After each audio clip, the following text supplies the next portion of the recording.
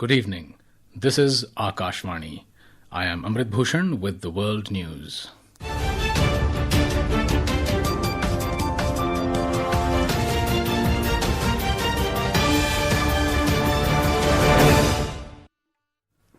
The headlines.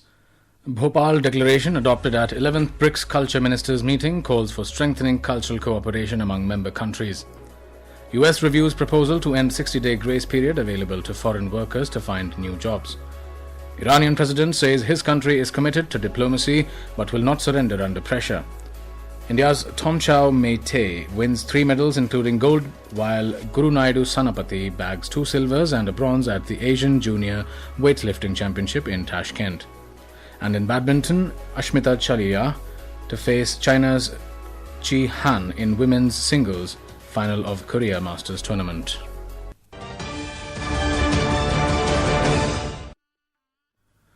The 11th BRICS Culture Ministers meeting was held in Bhopal today under India's BRICS chairship. The meeting adopted the Bhopal Declaration aimed at strengthening cultural cooperation among BRICS member and partner countries. Representatives from 14 countries, including 10 BRICS members and 4 partner countries, took part in the meeting. The delegates discussed ways to promote cultural and creative industries. They also focused on creating more opportunities for artists. The meeting discussed using digital platforms to help artists reach wider markets. Protecting and restoring cultural heritage was another key focus. India announced a pilot voluntary artist registry to promote cultural exchanges and professional networks among artists from BRICS countries. The meeting also discussed artists' rights and fair use of copyright works in the age of artificial intelligence. Addressing a press conference, Union Minister Gajendra Singh Shekhawat said the Bhopal has provided a practical and forward-looking framework for cultural cooperation. He stressed the need to protect traditional knowledge, languages, folk music and cultural traditions for future generations. The United States is reviewing a proposal to eliminate the 60-day grace period that allows certain foreign workers on non-immigrant visas to find new employment after losing their jobs. If implemented, the move could require affected workers to leave the country immediately after their employment ends. The proposal from the Department of Homeland Security is currently under review at the Federal Office of Management and Budget, OMB. Further details of the proposal are not immediately known. The 60-day grace period was introduced in 2017 to allow foreign workers and their dependents to stay in the US while searching for new employment after a job loss.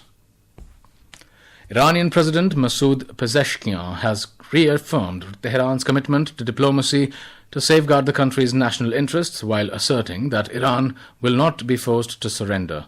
A report. In an interview published on his official website, Mr. Pezeshkian defended his government's decision to negotiate with the United States and sign a Memorandum of Understanding MOU aimed at ending the war. He said Iran would honor its commitment as long as Washington fulfills its obligations under the agreement. He added that Tehran would have no obligation to continue the process if the United States fails to meet its commitments. Earlier, US President Donald Trump had expressed confidence that the conflict with Iran could end soon. The MOU, signed in June this year, provided a 60-day window for the two countries to hold negotiations and work towards a lasting peace agreement. Anupam Mish for World News. The United Arab Emirates today condemned what is described as an Iranian attack on a vessel linked to the state-owned Abu Dhabi National Oil Company, ADNOC, while it was transiting the Strait of Hormuz. It said the incident violated a United Nations Security Council resolution guaranteeing freedom of navigation. It called on Iran to immediately halt such attacks and fully and unconditionally reopen the Strait of Hormuz.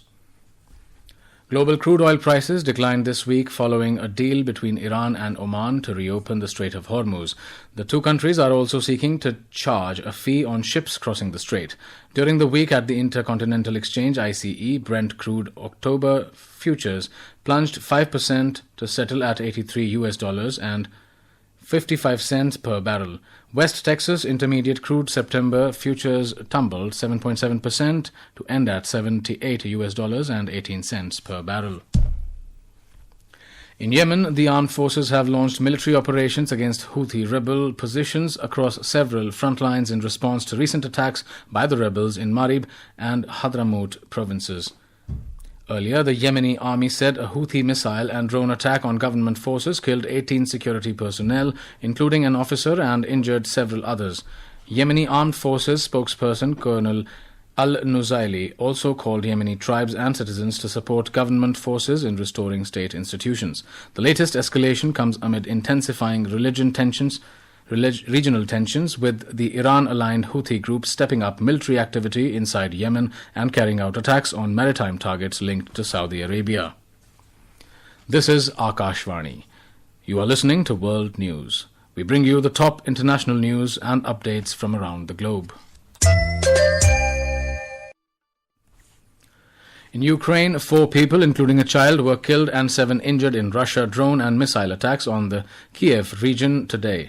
Local authorities said 3 members of the same family and a neighbor were killed when Russian drones destroyed their home in the Brovary district.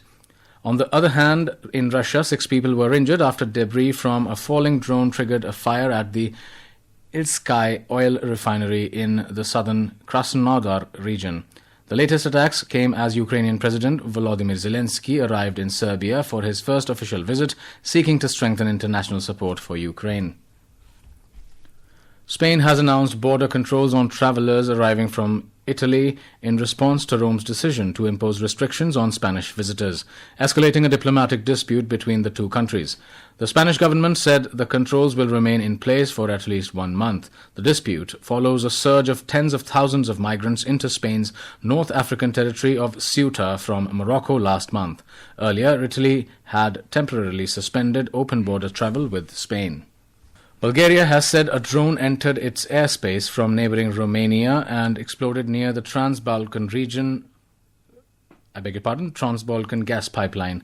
Prime Minister Rumen Radev said the drone exploded about 100 meters inside Bulgarian territory, roughly 1 kilometer from the international gas pipeline. Authorities said the drone was not detected while flying through either Romanian or Bulgarian airspace, highlighting the growing challenge of tracking small unmanned aircraft.